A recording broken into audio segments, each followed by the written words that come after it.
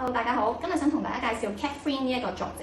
咁你見到成張台咁多本書，都係佢自己一手包辦咗呢個寫作啦，同埋畫嘅喎。咁佢本身係一個英國人嚟嘅，佢亦都係讀 art 嘅。咁所以你見到佢對於畫風上面都非常之執着。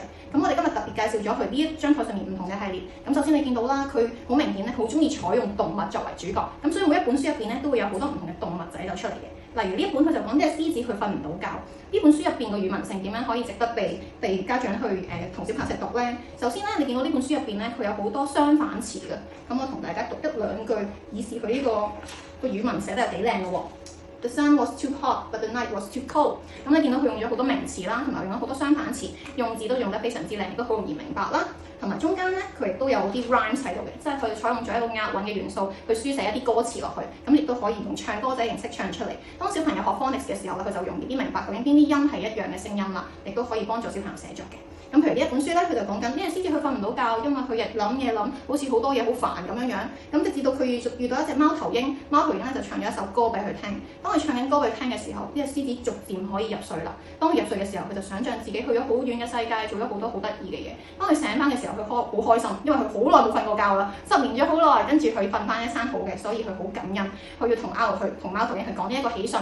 跟住咧，R話：但係你而家整醒咗我，搞到我又瞓唔着喎。跟住獅子就話啦。咁我調翻轉唱翻首歌俾你聽啦，咁佢哋互相扶持，咁令到咧貓頭鷹都可以成功瞓覺。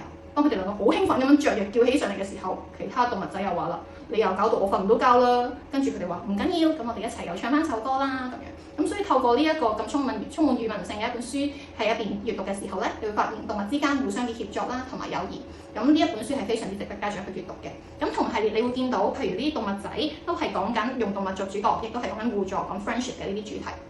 咁另外有另一個系列咧，就係攞咗呢隻 Tofuga 做主角啦。咁呢一套書嘅特性就係佢入邊語文咧，就唔係淨係多相反詞咯，反而佢多咗好多動詞，多咗好多語文上面嘅一啲 highlight 喺上面，令到小朋友知道啊，原來英文嘅動詞跳、閃避究竟係點樣寫嘅。咁所以當小朋友閱讀嘅時候咧，佢哋英文嘅語文能力都會提升嘅。咁而第三個向度想特別提咧，推薦呢一本書咧，就係一本充滿創意嘅書籍嚟嘅，因為佢突破咗呢個書嘅界限，就係唔係只限於呢一個你見到嘅封面。佢就見到啦，例如呢本書咧有兩隻動物喺度，呢一隻係鹿嚟嘅，佢就話我太大隻啦，我根本入唔到去呢本書入邊，令到大家都見唔到我啊。咁另一隻非常之細小嘅動物係乜嘢啊？就係呢隻松鼠仔。佢話咁我哋用唔同嘅方法，令到大家都可以見到你啦。咁隨住呢本書嘅發展落去，究竟佢哋兩隻一大一細個體型相差咁多嘅動物，點樣可以同框喺同一版入邊出現呢？